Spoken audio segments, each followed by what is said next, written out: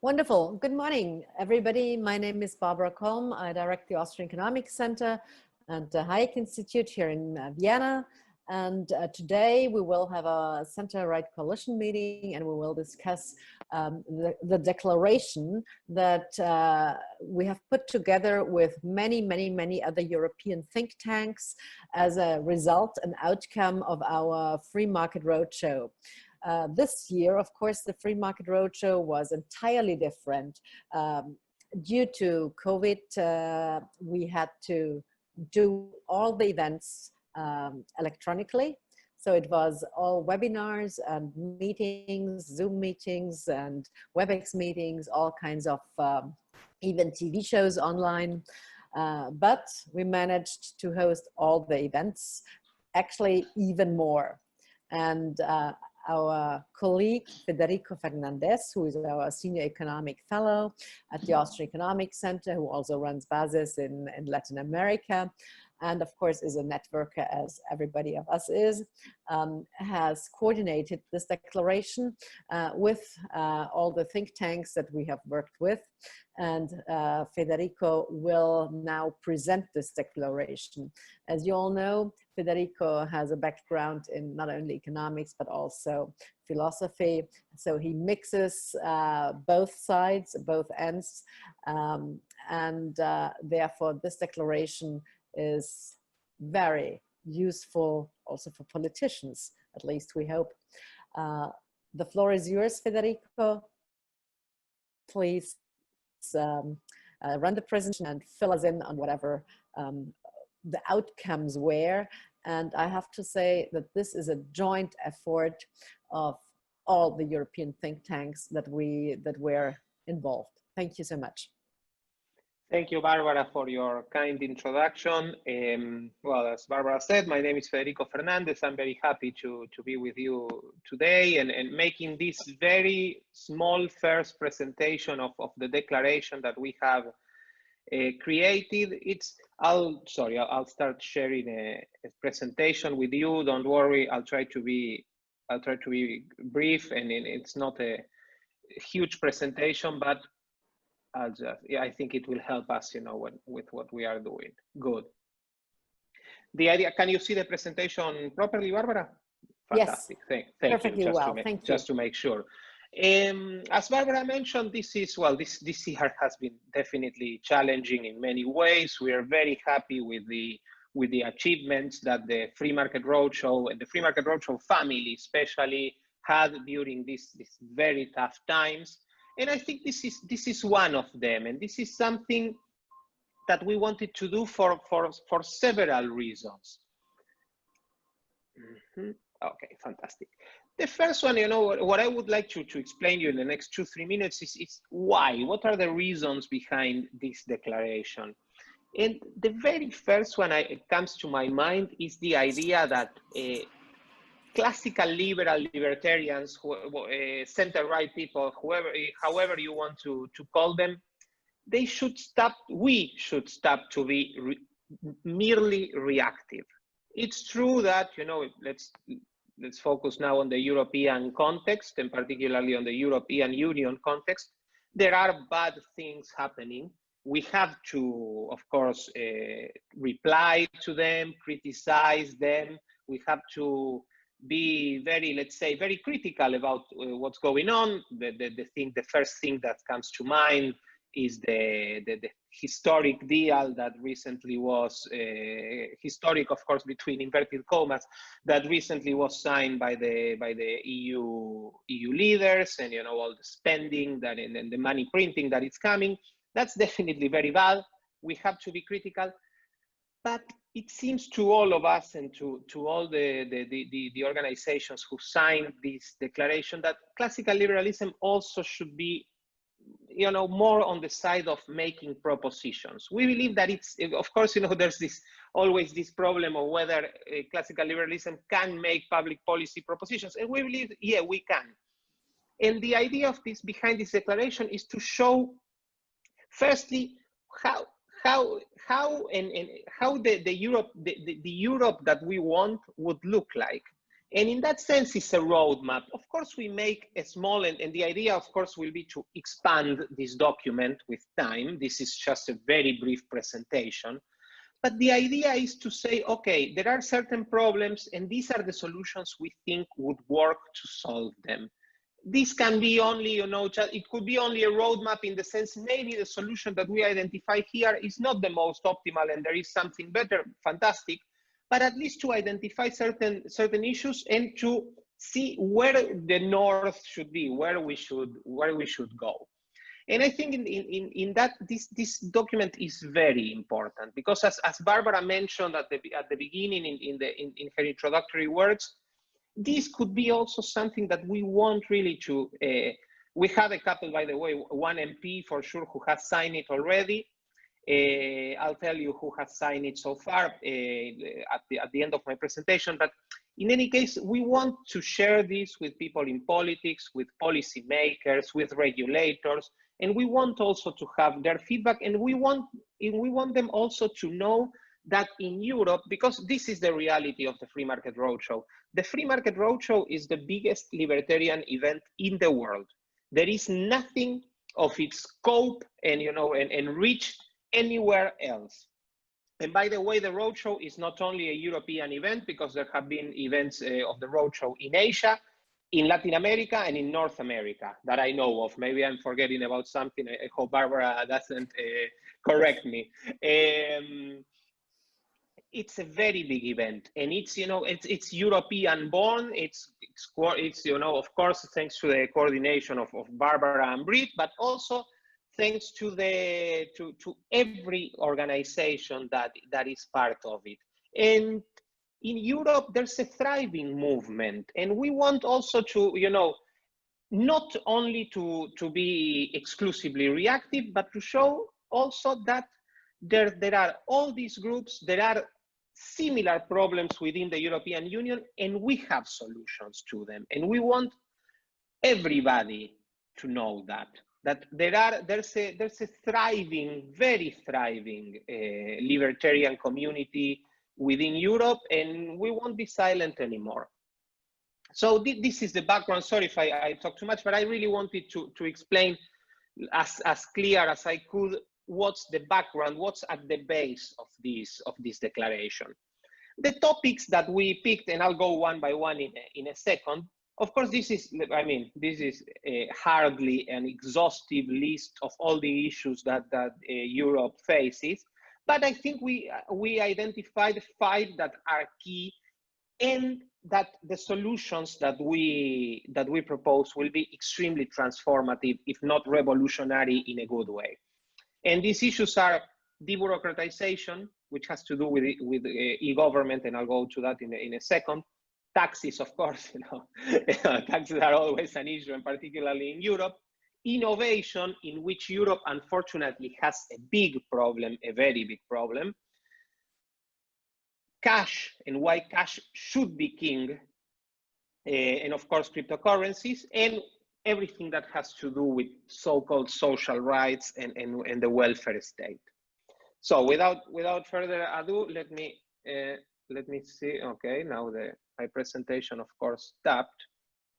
Give me a second. Okay. Okay.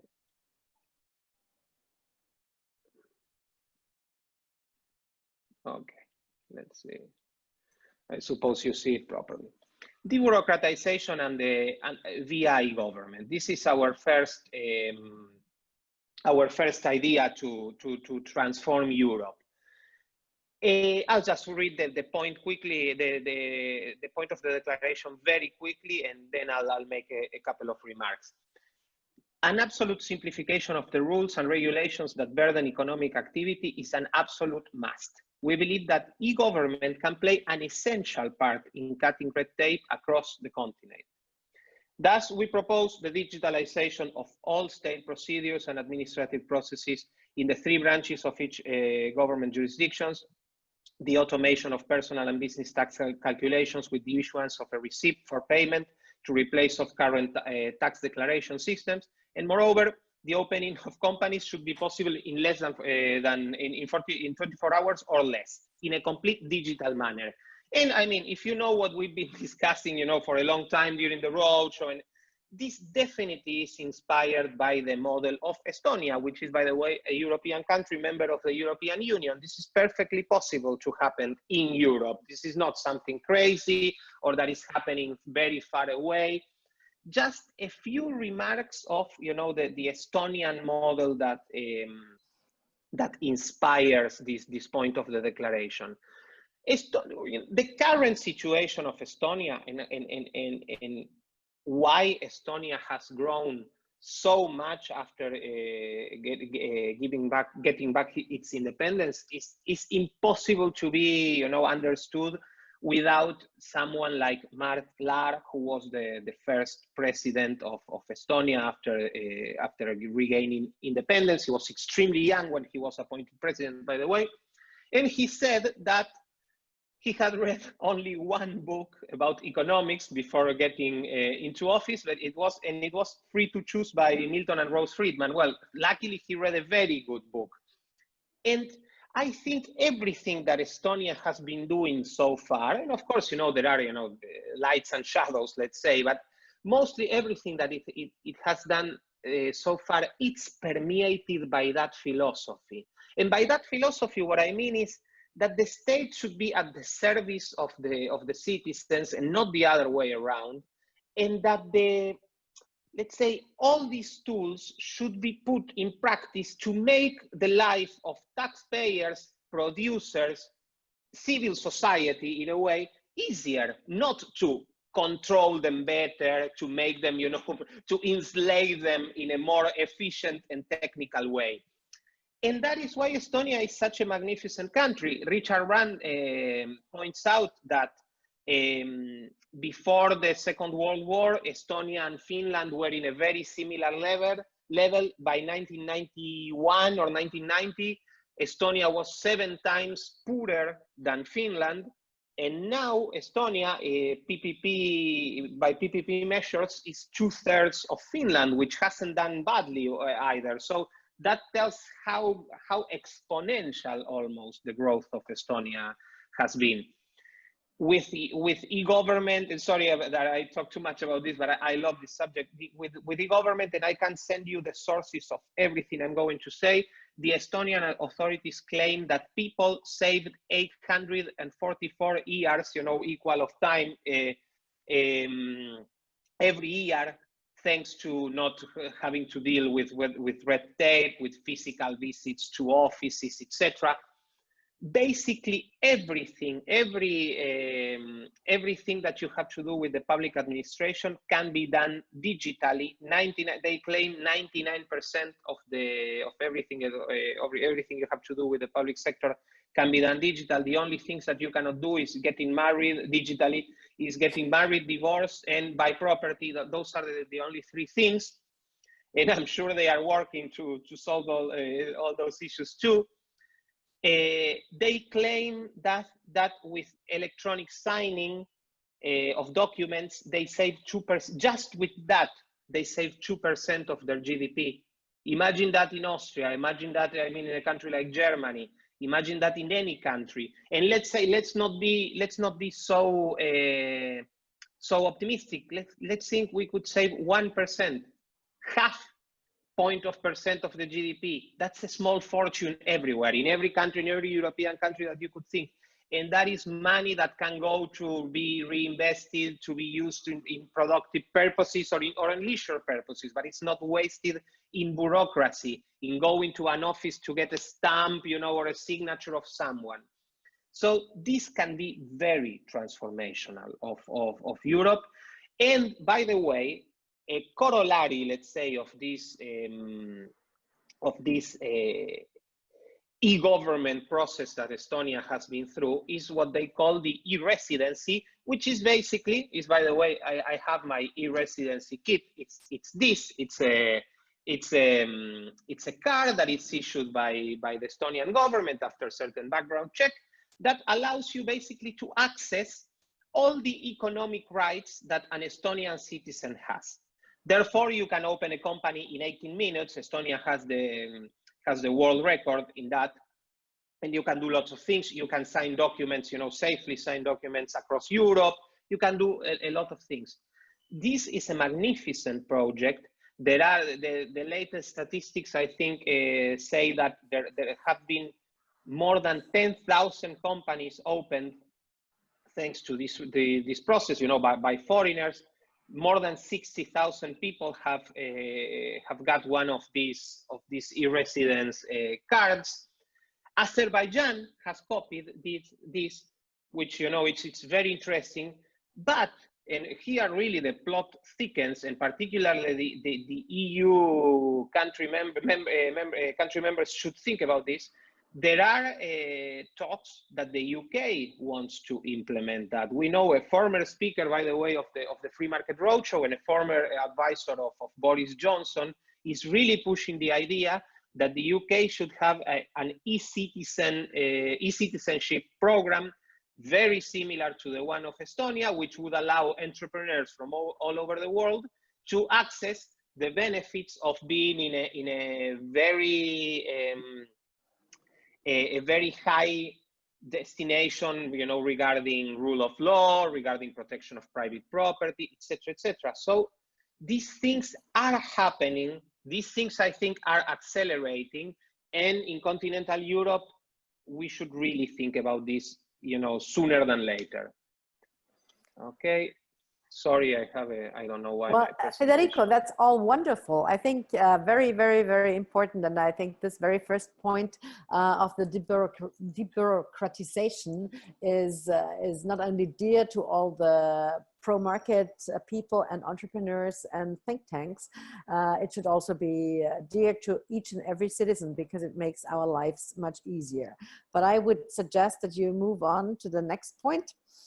Because after all, we have 5 key points, as you pointed out, and I think I know, and even given what we see these days with all the budgets, next generation EU that is supposed to be also financed via taxes. We have 2 taxes coming up as of 1st of January 2021. One is the plastic tax, one is the digital tax, and there are others to come.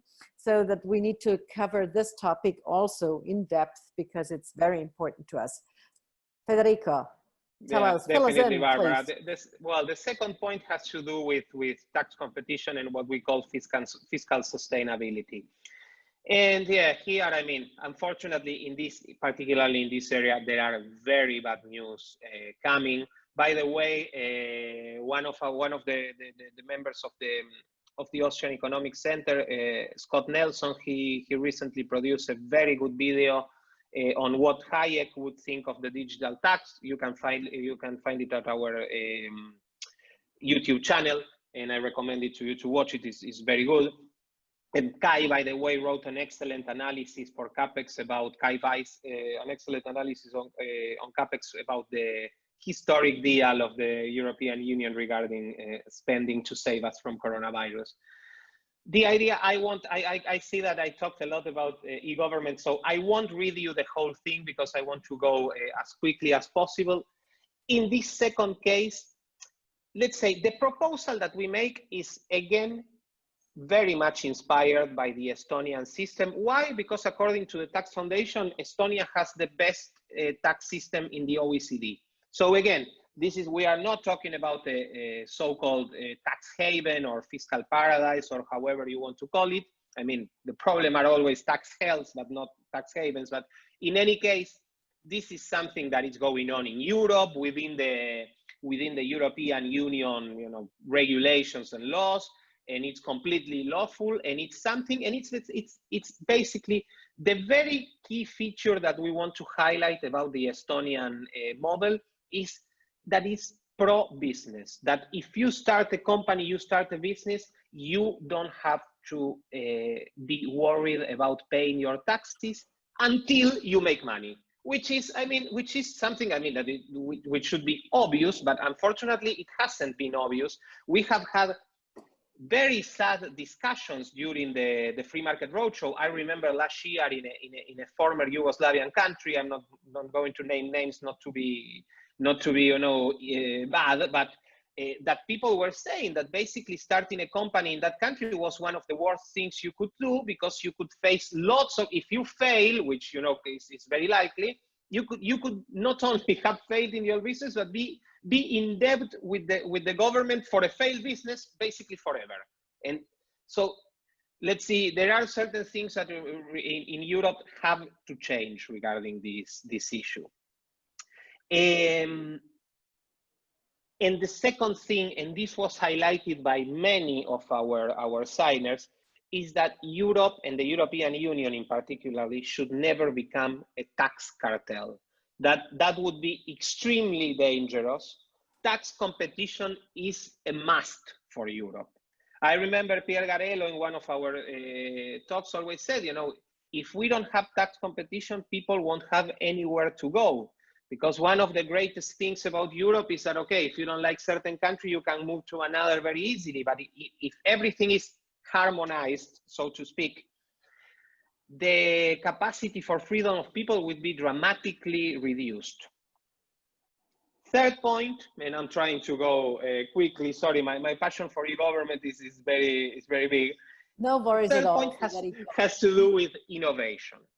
And within innovation in Europe, what we are advocating basically is for permissionless innovation. What we really want is that unless there's a huge case that can be made about an innovative product, a new business model, a new service, it should be the market who decides, which means it should be the people, the free interaction of individuals to decide whether they want to adopt certain new product or service or not. In Europe, unfortunately, and this is a direct attack to innovation, the so-called precautionary principle is, very much enforced, and that has led to the demonization of many innovative technologies, services, ideas.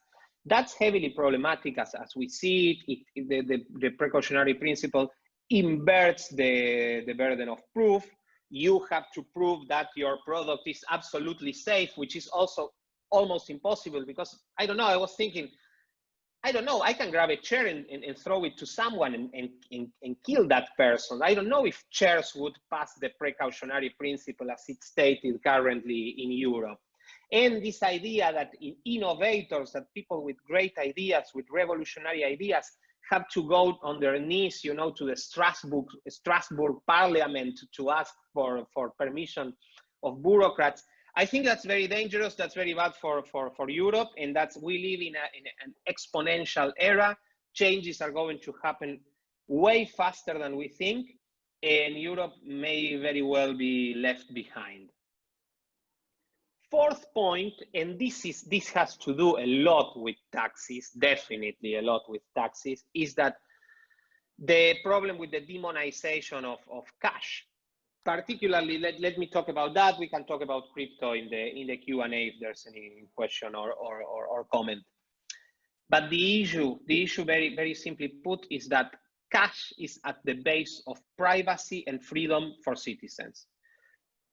There's a dark legend being created about cash as if it were the source of all evils. That's definitely not the case.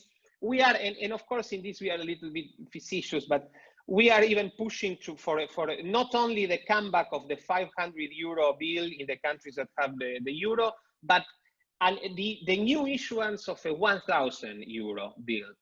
Cash should be king, and the alternatives to cash are the ones that are really evil and very dangerous. If we had a so-called digital euro, we would be basically under surveillance even more than we are today. So this is a very important point.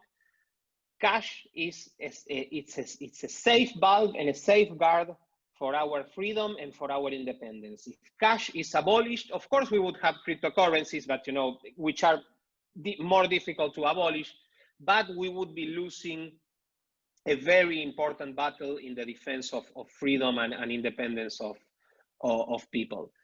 And last but not least, I mean, Europe, if Europe is, you know, I don't know if it's a fact to be proud of, but if Europe if Europe currently is the capital of something, it is the capital of welfare, unfortunately. There's a famous phrase by Merkel, which, you know, some people have contested, but, you know, in Europe, definitely there's a lot of spending on welfare. And our idea here behind this point, and what let's say what we are advocating very easily, is we would like to centralize payments to avoid this problem that you have one individual leaving out different offices, you know, one that gives you a subsidy for X reason, the other one that gives you housing, the other one that gives you this, the other one that gives you that. And why? Because then welfare becomes lifestyle, and that's a very big issue. That is something that we really should think about. And the second thing, and maybe this shouldn't be put under the label of welfare, but we really want to stress this issue also, is that, you know, this iceberg that Europe, and I would say almost the rest of the world, have in front of them, and that we are going to it, which is total collapse of the pension systems, that it's going to happen. And I think, unfortunately, it's going to happen sooner than later. So this, again, is something that we really have to think about. The good news is that the market, let's say the private sector, has solutions for this. And as Jose Piñera says, every country thinks that, you know, Jose Piñera, by the way, is a Chilean gentleman. He's the ideologue of the Chilean pension reform, which is magnificent, and it's probably the only pension system that not only is not going bankrupt but is thriving. I mean, unfortunately, now there are certain government interventions, but we could discuss about that later. In any case, Jose Piñera always says, when I talk to politicians, you know, in Europe and in other countries, they always think, oh, your ideas are great, but, you know, they are. In our country, we have crossed like the point of no return, and we cannot implement them. And that's not the case. Jose Piñera has, and please just Google Jose Piñera, you'll get a lot of information. We at the Hayek Institute has even translated some of its work to German, so it's available in that language too. But the key issue is that the reform is possible, the transition is possible. I think everyone believes that it's going to be a painful transition, but it doesn't have to be a brutal transition, which is what we are going to have if we leave things as they are today. And just to wrap up, and thanking you for your attention, what we have been doing so far was writing the first draft, having feedback from our main members of the Free Market Roadshow family, let's say, and we want to open this declaration in the future to be signed by anyone. As I said, we also want to reach politicians, to reach MPs, to reach policymakers, regulators with these ideas. But we are very happy and very thankful of the great response that we had from our Free Market Roadshow family. And basically each and every country in Europe is represented by a great think tank, we were basically asking just one person per think tank from each country. We're very happy. In the case of Spain, we have a couple because we're great partners there, but we have people I'll go back, from Spain, Croatia, Bosnia, Moldova, France, well, Spain again, Slovakia, Austria, of course, France, the United Kingdom, Germany, Montenegro, Estonia, Poland, Liechtenstein, the Prince of Liechtenstein, by the way, signed this declaration, Ukraine, Romania, Albania, Italy. So we are very, very happy with the kind of the caliber of people that we have. Bulgaria, Slovenia, Northern Macedonia, Sweden. We are extremely happy with the caliber of people who have joined in. We are going to open, let's say, the call for signatures very, very soon. But we are extremely humbled by the good replies that we had from our partners. And with that, I wrap up. Thank you for your attention, and I'm here if you want to make a question, comment, criticism, and most importantly, suggestions. Thank you very much. Well, thank you very much, Federico, for guiding us through this 5 bullet points that probably are the cornerstones of the Europe that we want, the Europe the people, the individuals, the citizens want. And you mentioned those 5 points that are really not only dear to us, but also important to move forward in Europe, and not to get stuck in a centralized Europe, but to get up in a free, competitive Europe, where the subsidiarity principle is still holds dear to the citizens and especially to the people in the respective regions. You mentioned one point that is, I think, very important, and especially having seen what the lockdown crisis has done to not only the individuals, but also to the enterprises, to the businesses, that all of a sudden, you know, welfare, actually the new, I would put it this way, the new Biedermeier has obviously started, and people are, you know, again in their nudging and again in their nets and sitting at home and waiting for something else to happen. I think as pro-market people and responsible individuals, we should take our lives in our own hands. And let me see if there are questions right now or suggestions. I don't see any so far, but I think this is what you have presented right now. It's just the first outline. And how do we go ahead now? Where do we present it? Who can sign? Will this be done online? Just fill us in that our audience knows. Yes, gladly. We have, let's say, several things in the making now. This was like the very first and brief presentation of the outline. What we're going to do is we're currently translating the presentation into the different languages of the people who have signed it.